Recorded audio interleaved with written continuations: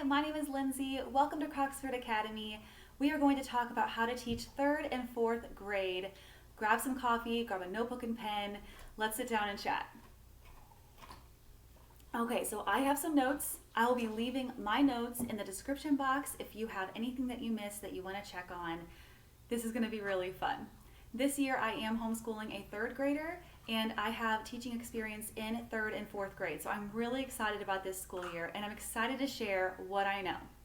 So when I am teaching, I want to focus on 5 things to be intentional about throughout the day. Read a lot of books together, focus on life skills, spend as much time outside in free play as possible, let them help me around the house. They are old enough in 3rd and 4th grade to do this. Give them lots of time with friends and family. Okay, let's talk curriculum. That's always the big question.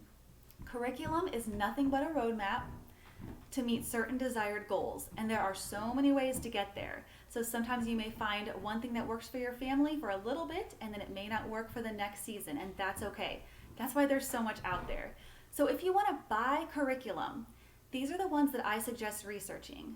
Abeka, The Good and the Beautiful, and Masterbooks. These are 3 curriculums that I have used bits and pieces of, that I would use again, and that I would recommend. So there those are, but there are so many others that you can look into. Whether you buy a curriculum or choose to piece one together on your own, you want to focus on the Daily 5 for language arts. This is a great model for incorporating language arts into your everyday activities. Go through the checklist every day, make sure you've done them. The first one is read to self. 2nd, listen to reading. 3rd, read to someone. 4th, work on words. And 5, work on writing. So let's talk about those specifically. Number 1 is read to self. In 3rd and 4th grade, your child should be reading to themselves, and they should be enjoying it. Let them pick their own books. Let them choose the fun things that they want to read throughout the year. Obviously, you can guide them in the right direction. There are tons of great book lists in the Read Aloud Revival website. I will link that below. It is wonderful. But I do have a few suggestions here. For girls, this Ivy and Bean series is really fun. The Never Girls have been awesome for my kids. Ramona books, Little House on the Prairie, and you can never go wrong with going old school with the old American Girl books. I know they have newer ones out now, but I really like the old ones. And you can do studies with these on different historical periods, what's going on in the books. There are lots of things like this, lap books that you can find online. This is one that I kind of pieced together for Molly. And my daughter filled in all the work. I made some comprehension question pages for her. She had such a good time working on this.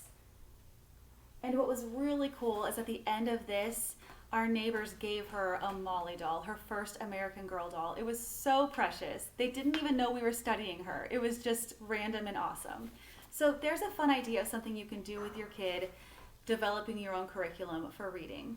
For boys, I recommend Dog Man. You can't go wrong at any age with him. And Geronimo Stilton is also fun. I'll be sharing lots of more books that I think are awesome for 3rd and 4th grade boys, but these are the 2 that I have right now that I think would be really fun. Number 2, listen to reading. They can listen to you or audiobooks. There are tons of great books, again, on the Read Aloud Revival. Number 3, read to someone. They are in 3rd and 4th grade, but they should still be reading to you so you can check their fluency, their comprehension. And that is the wonderful thing about reading with your child. You are able to assess them in a way that a teacher with 30 kids cannot all at once. So you are helping your child with their reading comprehension in a very short amount of time. You don't have to do a worksheet to check their comprehension, which is what's really great about one-on-one reading. Number 4, work on words. We use a workbook for this, our spelling book.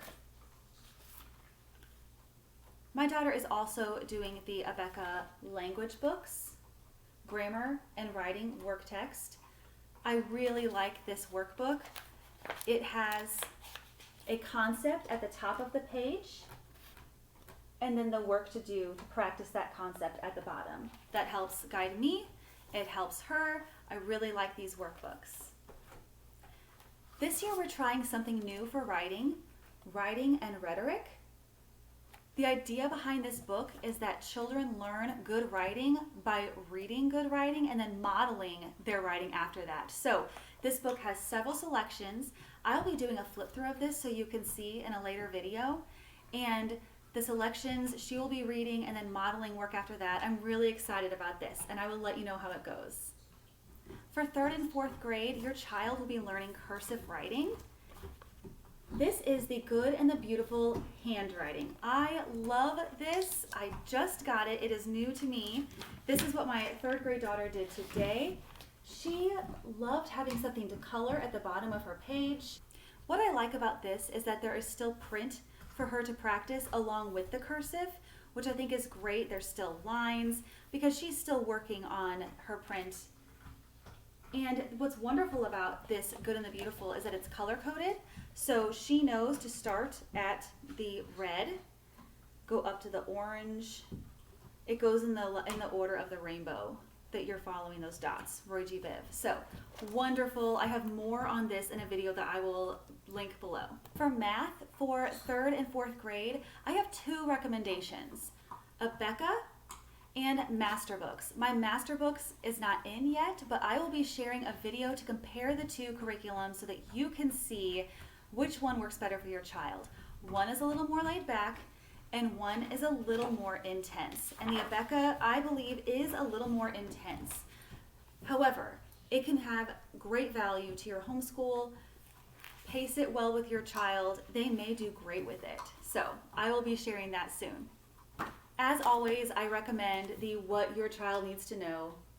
This is Common Core aligned. It has a bunch of great stuff in it. So if you're going to buy one reference book for your child, I think it could be this one. There are stories, pictures, poems, all kinds of things. I'm looking for a good one to show you. Here we go. Let's talk daily schedule. Obviously, do what works best for your family. This is what has worked for us right now in this season, and it changes all the time. So we'll see what happens. We wake up. My kids will read on their own, they'll play, they'll hang out with each other. We love to give good hugs and snuggles in the morning, but then they know that in the morning I'm usually still drinking my coffee and reading by the time they get up. So they're very independent, and then the rest of the day they know they have my attention. So when we're ready to have breakfast, we sit down and we have breakfast. We do our morning basket time, we go to our calendar time, we brush our teeth, get ready for the day. Sometimes we go outside before we do our morning work. Sometimes we just start our work right away, and that is our individual workbooks that we work on.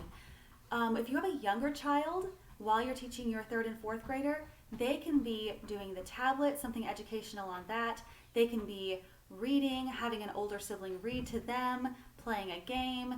Those are things they can be doing while you're working with your 3rd and 4th grader. And then you can switch. Your 3rd and 4th grader can be working on their own while you work with that kid. So there's just a little tidbit there if you have multiple children.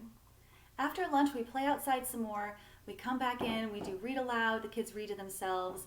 After dinner, it is pretty much daddy time.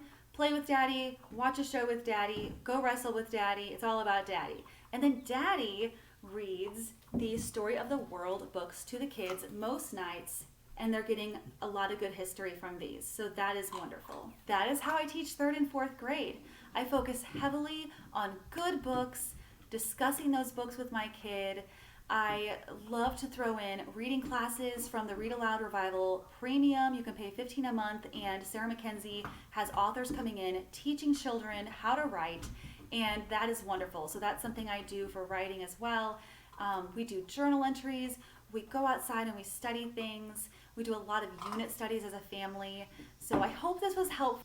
Let me know in the comments if you have any questions. Thank you so much for watching. If you liked this video, give it a big thumbs up, hit subscribe. That will help other people find this information faster. And I just really appreciate it. Have a wonderful day. Bye.